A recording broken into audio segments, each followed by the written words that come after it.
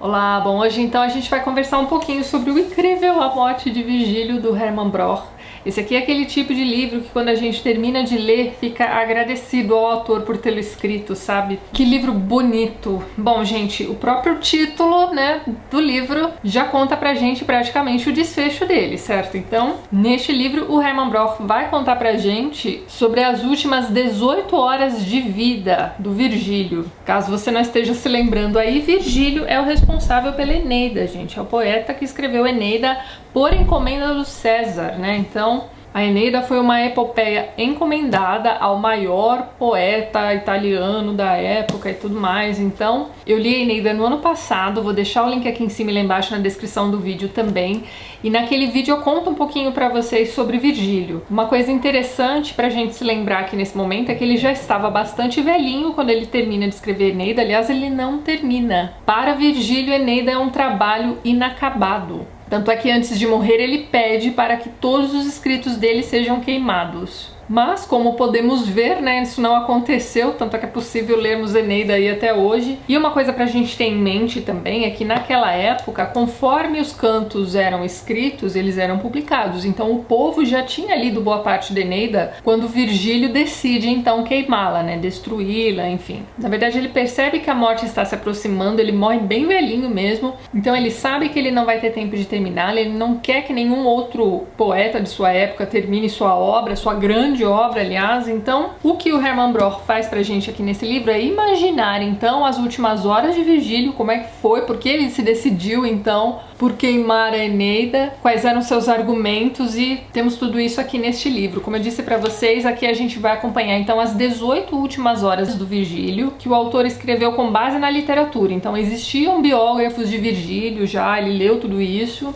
O que acontece aqui na Morte de Virgílio é o seguinte: a gente vai acompanhar então a chegada de Virgílio à cidade de Brundisio num fim de tarde. A gente vai acompanhar a noite, né, a última noite de vida do Virgílio, e ele vai morrer então na tardezinha do dia seguinte. E como vocês podem ver, a partir do título do livro mesmo, esse aqui não é um livro do qual a gente possa falar sobre spoilers, né? Mesmo porque a ação desse livro é muito simples. Então aqui a gente vai ter o poeta Virgílio voltando, né, à Itália. Ele esteve em viagem a Atenas, ele vai para lá para tentar conseguir então inspiração para terminar a Eneida. Ele tem então essa viagem interrompida pelo próprio César, que está fazendo aniversário, e ele exige a presença de Virgílio lá no seu aniversário. Então manda buscar o Virgílio, Virgílio vai para lá. Como eu tinha dito para vocês, Virgílio já estava com a saúde bem debilitada, ele já estava muito velhinho.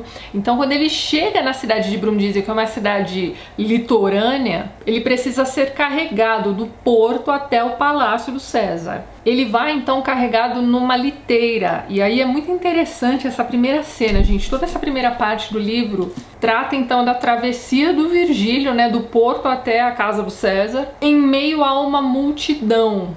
Então assim, você tem o povão ali mesmo, precisando abrir caminho para os escravos passarem com Virgílio na liteira, e Virgílio está deitado dentro dessa liteira, eles não conseguem ver quem é que está lá dentro, e a reação desse povo para essa passagem dessa liteira é a pior possível. Então eles começam a vaiar, a xingar, a dizer absurdos. Então eles tentam atrapalhar essa travessia de todas as formas. Então essa travessia, que poderia ter sido muito tranquila e muito rápida, acaba sendo meio que um calvário mesmo, né? Então o Virgílio vai o caminho inteiro ouvindo os impropérios, né, que são ditos ali pelo povo, né, em direção a ele. Vai percebendo as atitudes violentas desse povo ao longo do caminho também.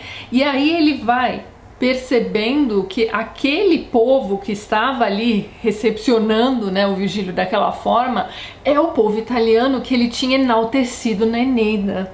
Então, a partir dessa primeira cena, a gente já vai ter o Virgílio repensando sua obra-prima. Quando ele finalmente chega à casa do César, é recebido, as pessoas vão lá, preparam um quarto para ele e tudo mais. A gente vai então acompanhar esse senhorzinho tentando descansar, Então, como eu disse para vocês, ele chega a Brundisium no fim do dia. Quando ele está finalmente no seu quarto, já é noite, então ele já precisa repousar, dormir, etc. A festa, né, a grande festa vai acontecer teoricamente no dia seguinte. E aí nessa segunda parte do livro, o que a gente vai acompanhar é uma noite horrorosa desse senhor de idade, já no fim da vida, sabendo que lhe falta pouco tempo de vida, sofrendo ali com dores e com insônia. Então a gente vai lendo tudo aquilo que está se passando pela cabeça do Virgílio naquela noite tenebrosa. Chega um momento em que ele começa a ouvir umas vozes, uma baderna do lado de fora ali da janela dele, ele se arrasta, né, consegue levantar e ir até aquela janela para ver o que é que está acontecendo. A gente vai acompanhar nesse momento também uma cena muito interessante, mas onírica, então a gente não sabe se aquilo está realmente acontecendo ou se aquilo tudo está se passando na cabeça do poeta mesmo. Então ele volta para a cama, fica lá, a gente continua acompanhando essa noite tenebrosa. Essa é provavelmente a parte mais difícil desse livro. A primeira parte é difícil porque a gente está entrando então em contato com a escrita do Hermann Broch pela primeira vez, no meu caso, e a gente vai acompanhando a narrativa dessa história, que é feita em discurso indireto livre. Então, para alguém desavisado que pega um livro desse para ler, provavelmente vai lê-lo achando que isso aqui é um fluxo de consciência. Na verdade, é o fluxo de consciência, mas do próprio autor do livro, não é mesmo? E não do próprio Virgílio. Então, a gente vai ter em muitos momentos. Eu vou dar um exemplo muito bobo, mas seriam frases assim: Virgílio estava muito cansado. Aí na mesma linha, sem nenhum tipo de pontuação nem nada, entra a voz do Virgílio dizendo: preciso descansar. Então esse é o discurso indireto livre. A gente tem a todo momento a voz do narrador se misturando com a voz do próprio personagem. E o narrador é onisciente, então ele vai contando pra gente tudo o que está acontecendo com o Virgílio, tudo o que está passando pela cabeça dele, e dessa forma a gente vai acompanhar sua chegada a Brundisium, essa noite tenebrosa. No dia seguinte de manhã ele recebe visita do médico, depois ele recebe visita dos seus amigos e finalmente ele vai receber a visita do César. O que acontece? Quando os amigos chegam, ele comunica a esses amigos que ele passou, né, afinal de contas, a noite sem dormir, pensando, né, que fim levará a sua Eneida, e ele decide naquela manhã que Eneida precisa ser queimada. Então ele conta isso para os amigos, os amigos acham um absurdo e tentam convencê-lo do contrário. Dali a pouco esses amigos saem de cena, quem entra? O próprio César. Provavelmente esses amigos comentaram com César que Virgílio pretendia então queimar Eneida, e o César já vem então visitá-lo com a intenção de impedi-lo de fazer isso, de fazê-lo mudar de ideia. E no fim daquela tarde, o que acontece com Virgílio? Né? O que está escrito aqui no título do livro, sua morte. Então assim, essa é a ação do livro. E esse livro tem cerca de 500 páginas, vocês podem ver aqui que ele é um calhamacinho. Então este aqui não é um livro que se paute na ação e nem na construção do personagem. O que esse livro aqui tem de tão interessante é esse discurso interno mesmo, né, desse personagem, né? Tudo aquilo que ele está pensando. E pra você aí que tem insônia, né, você sabe, né? Você passa a noite inteira, você não consegue desligar o pensamento, né? Você pensa em 1000 coisas e tá tudo aqui nesse livro. A grande discussão aqui interna do Virgílio, que depois ele vai ter com esses amigos, e mais tarde naquele dia ainda ele vai retomar essa mesma discussão com o próprio César, é o seguinte: além dele ter percebido que ele tinha enaltecido aquele povo que o recebeu daquela forma quando ele chega lá à cidade do César, o que ele percebe é que ele entende então a sua Eneida como uma obra de arte. Então ele percebe que o que ele colocou nessa obra de arte foi apenas beleza e não conhecimento. Então essa discussão entre beleza e conhecimento, em se tratando de arte, né, seguida da discussão do que seria arte ou quem tem direito sobre a arte, etc. Essa discussão é muito interessante e está então nessa terceira parte do livro, que é quando ele recebe a visita do César. Sério, gente, que discussão maravilhosa. Então, Virgílio sabe que ele não vai ter tempo de corrigir a Eneida, muito menos de terminá-la. Então, para ele, as pessoas podem muito bem pegar seus manuscritos, queimá-lo, que para ele não vai ter problema nenhum. Mas o César traz uma outra questão para essa discussão. Ele vai dizer o seguinte: ele vai dizer que a partir do momento em que alguns cantos da Eneida já foram expostos ao grande público, né, pessoas sabem trechos de cor da Eneida e coisas do tipo, que a partir daí, então, a Eneida não pertence mais ao Virgílio, e sim ao povo italiano. Então, que direito tem o Virgílio de queimar a Eneida assim, sem mais nem menos? Outra coisa que Virgílio também se dá conta é que ele não enalteceu apenas o povo, né? Ele enaltece também os seus governantes, ou seja, ele está enaltecendo também o próprio Otaviano também. Então, mas a questão principal mesmo é aquilo que eu falei para vocês. Ele tem sérias dúvidas se aquilo que ele colocou no papel seria realmente de valia para conhecimento ou simplesmente para a beleza. E ele considera a arte somente pela beleza como uma coisa muito vazia, então ele não quer ser lembrado por isso, entendeu? Outra coisa interessante que a gente tem que ter em mente quando lê esse livro é a questão de que o autor estava em um campo de concentração. Então esse livro foi escrito ali nos idos da Segunda Guerra Mundial e, na verdade, o Hermann Broch foi preso não por ser um judeu. Na verdade, a família dele era toda judia, mas ele nunca foi um judeu praticante, tanto é que quando ele se casa com uma católica, ele se converte ao catolicismo, então ele não tem essa questão religiosa assim lá muito aflorada. E aí o que acontece é o seguinte, ele acaba sendo preso por ser um comunista, coisa que ele também não era, né? Quem conta essa história é um professor, eu vou deixar o link lá embaixo na descrição do vídeo. Esse professor especialista na obra do Broch foi entrevistado naquele programa Literatura Fundamental, vou deixar o link lá embaixo para vocês darem uma olhadinha. E esse professor conta pra gente então que ele foi denunciado pelo carteiro, porque ele assinava uma revista literária que vinha de Moscou. O carteiro achou que ele fosse comunista, por isso. Então ele vai para um campo de concentração e lá então ele, né, nunca se sabe o dia de amanhã, ele tem a impressão de que essa aqui vai ser sua última obra. Então ele coloca tudo o que ele pode aqui dentro, gente. Por isso esse livro é tão denso, tão interessante, tão cheio de questionamentos filosóficos. Então essa questão da arte também tá aqui permeando o livro todo. E como ele não sabe, né, qual será seu fim ali dentro daquele campo de concentração, o Virgílio aqui nessa história pode ser também um alter ego do próprio autor. Então a morte de Virgílio facilmente poderia ter sido também sua última obra. E é um livro impressionante, gente. É aquele tipo de livro que em qualquer momento, assim, se você der uma folheada, parar seu dedo e ler ali aquela passagem, será uma passagem linda, muito rebuscada, muito bem escrita. Quem fez a tradução desse livro aqui foi o Herbert Caro, o mesmo tradutor dos livros do Thomas Mann. Então esse livro está muito bem traduzido. Essa aqui é a última edição que nós tivemos em 2013, da editora Bem Virá. Se eu encontrá-lo ainda na Amazon, vou deixar o link lá embaixo para vocês darem uma olhadinha. E eu vou ler aqui então um trechinho de uma passagem muito interessante a respeito do tempo, para vocês verem. Que era o tempo? Que era a alteração do círculo de tarefas humanas que se produz sob seu mando. Que é que havia nele de imutável que misteriosamente se desenvolve em si mesmo? Como se explica que esse elemento fosse alterável, uma vez que finalmente tinha que voltar a si mesmo? Olha que definição espetacular do tempo, gente, olha só. Elemento alterável que finalmente tem de voltar a si mesmo. Achei isso aqui lindo. Né? Se você parar para pensar nessa frase, né, você realmente tem o tempo como um elemento variável, mas ele precisa voltar a si mesmo, né? Você imagina aí um relógio de ponteiro ou relógio de sol, né? Provavelmente nessa época aqui de Virgílio, né, só existia lá o relógio de sol. O princípio é o mesmo, né? A sombra vai formando ali o caminhar dos ponteiros. E o tempo precisa realmente retornar a si mesmo. Achei lindo isso, gente.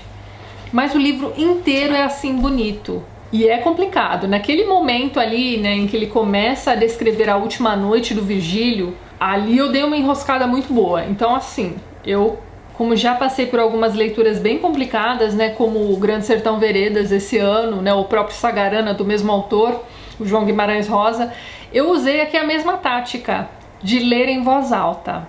Então, boa parte dessa segunda parte do livro eu acabei lendo em voz alta. Aliás, gente, a primeira e a segunda partes desse livro eu achei as mais complicadas de atravessar, realmente. Quando ele acorda no dia seguinte e começa a receber as visitas, aí a gente tem aquele discurso direto mesmo, vários diálogos, aí a leitura começa a ficar um pouco mais fluida mesmo. Mas é um livro riquíssimo, gente, que livro lindo. Recomendo demais, então assim, foi um excelente complemento à minha leitura de Eneida feita no ano passado. Virgílio é o poeta que acompanha o narrador do Dante na Divina Comédia, né? Vamos ver se eu consigo ler a Divina Comédia agora em 2018. Então, caso você já tenha lido a Eneida, fica aqui a dica para você de um livro excelente, ou para você que gosta de literatura alemã, ainda não leu nada do Broch. Eu sei que vários de vocês gostam bastante também, né, do Thomas Mann, que eu também adoro. Vocês me recomendaram tanto Hermann Hesse esse ano, né? Já li o Demian, fiz vídeo aqui no canal, então eu estou aqui retribuindo e recomendando Hermann Broch para vocês, gente. Ainda não li Sonâmbulos antes que vocês me perguntem, mas eu já tenho a trilogia aqui. Vamos ver se no ano que vem dá tempo de ler mais um pouquinho de Hermann Broch. Eu encontrei bem poucos comentários a respeito da morte de Virgílio aqui em casa. Nesse livro Panorama da Literatura Alemã, a gente tem um texto sobre a literatura produzida nas primeiras décadas do século XX. O título do texto é A Década Tempestuosa, escrita por Marco Fontanella. E aqui ele faz um comentário sobre a morte de Virgílio. Ele vai dizer o seguinte, ó: afeito a questionar as razões científicas da loucura das massas, né, principalmente naquela primeira cena da morte de Virgílio que eu contei pra vocês, né, do velhinho sendo carregado na liteira, no meio do povo, e o povo, né, sendo, sei lá, gente, meio animalesco mesmo, né, com essa passagem da liteira. Então, afeito a questionar as razões científicas da loucura das massas, Broch delineia claramente o problema, não apenas quando o aborda diretamente. Em A Morte de Virgílio, romance publicado em 1945, o significado mais geral do sentimento do protagonista ao atravessar a cidade litorânea de Brindisi, ou Brundisi, ou enfim, tem trocentas grafias essa cidade, gente, defrontando-se com a população nas ruas estreitas, sofrendo-lhe o choque, logo remete ao desorientador fluxo das massas nas cidades modernas, questão das mais caras ao período de juventude de Broch. Então é isso, aí ele continua aqui o comentário dizendo que essa questão da loucura das massas também é tratado na trilogia Sonâmbulos. Aqui nesse livro A Morte da Tragédia, do George Steiner, a gente tem também um comentário sobre a morte de Virgílio. Ele vai dizer o seguinte: nas novelas de Hermann Broch, o alemão consegue um de seus raros voos sobre as tentações da assertação sistemática. Em A Morte do Virgílio, essa linguagem tão calcificada pela abstração assume uma vitalidade sutil, elétrica e move-se como um rastreador luminoso pela linha sombria do inconsciente. Eu achei essa aqui a melhor definição da escrita realmente do autor aqui nesse livro, gente. Tem um momento ali mais pro final do livro que é, né, quando o título realmente acontece, né, quando a morte do Virgílio chega finalmente, a gente vai ter ali boas páginas do que está acontecendo com Virgílio nesses últimos momentos de vida e nos primeiros momentos de eternidade, digamos assim. É tudo muito metafísico e é tão bonito, gente. São páginas e páginas do narrador contando pra gente, então, pra onde foi Virgílio, e é muito bonito, sério mesmo. Tem ali alguns personagens que vão aparecer para conversar com o Virgílio nessa noite insone, que a gente não vai ter assim lá muita certeza se realmente existem, né? Porque os outros personagens, né, os amigos e o próprio César, né, não veem essas pessoas. Então, ele vai ver ali nessas últimas horas a figura de uma criança. Eu acabei vendo de novo o vídeo da Claire Scorsese sobre esse livro, eu vou deixar o link lá embaixo para vocês verem também. Ela comenta que ela acha que essa criança, na verdade, é a representação do próprio Virgílio quando criança. Eu fiquei com essa imagem, né, do que a Claire falou na cabeça e acabei concordando com ela também. Mesmo porque num dado momento aqui ele vai ver a própria mãe mais uma vez, ele vai ver também a única mulher amada por ele, enfim. Esses personagens, entre aspas, acabam aparecendo também para conversar com ele nessas últimas horas. E as conversas são excelentes, gente. O Otto Maria Carpo também faz um comentário sobre a morte de Virgílio aqui no História Concisa da Literatura Alemã. E olha só o que ele vai dizer sobre a obra do Broch. O lugar na literatura universal que os admiradores de Broch reivindicaram para ele está firmemente ocupado por Robert Musil. Esse Robert Musil, eu estou claramente pronunciando seu sobrenome como se lê, né? É aquele cara que escreveu aquele livro gigante chamado O Homem Sem Qualidades. Gente, esse livro é gigantesco. Acho que é o maior calhamaço que eu já tive na minha vida. Vocês já leram O Homem Sem Qualidades? Depois me conta o que vocês acharam. Então, ele vai acabar dizendo que a obra do Musil meio que deu uma sombreada aí sobre a obra do Broch, mas eles eram autores contemporâneos e tudo mais. Mas então, sobre esse livro aqui mesmo, o único comentário que o Carpo faz é o seguinte: ele vai dizer que esse livro é uma recidiva a um romance febril. Como ele não se alonga mais no comentário, né, eu fiquei com a impressão de que o uso dessa palavra recidiva aqui ficou um pouquinho pejorativo, né? O que ele quer dizer com isso é que essa questão de ser um romance febril, e é realmente um romance bastante febril, já era uma coisa ultrapassada, né, pelos idos de 1940, mas não deixa de ser um livro excelente. Então esse aqui é aquele tipo de livro que vai exigir muito do leitor. Eu com certeza deixei passar muita coisa, principalmente daquele capítulo todo, né, que tem cerca de 100 páginas ali, que eu tive que ler em voz alta para poder absorver ali o suficiente para poder dar continuidade à leitura. Principalmente ali eu tenho certeza de que eu deixei passar muita coisa. Então é aquele tipo de livro que requer releitura, sim, releitura atenta. Se vocês tiverem outras dicas de outros textos de apoio sobre a morte de Virgílio, por favor, deixem para mim nos comentários, né, para que eu possa usá-los na minha próxima leitura. Eu sei que a Hannah Arendt tem um texto sobre esse livro também, mas eu não encontrei nos livros traduzidos, né? Provavelmente algum livro dela, alguma coletânea de ensaios que ainda não saiu por aqui.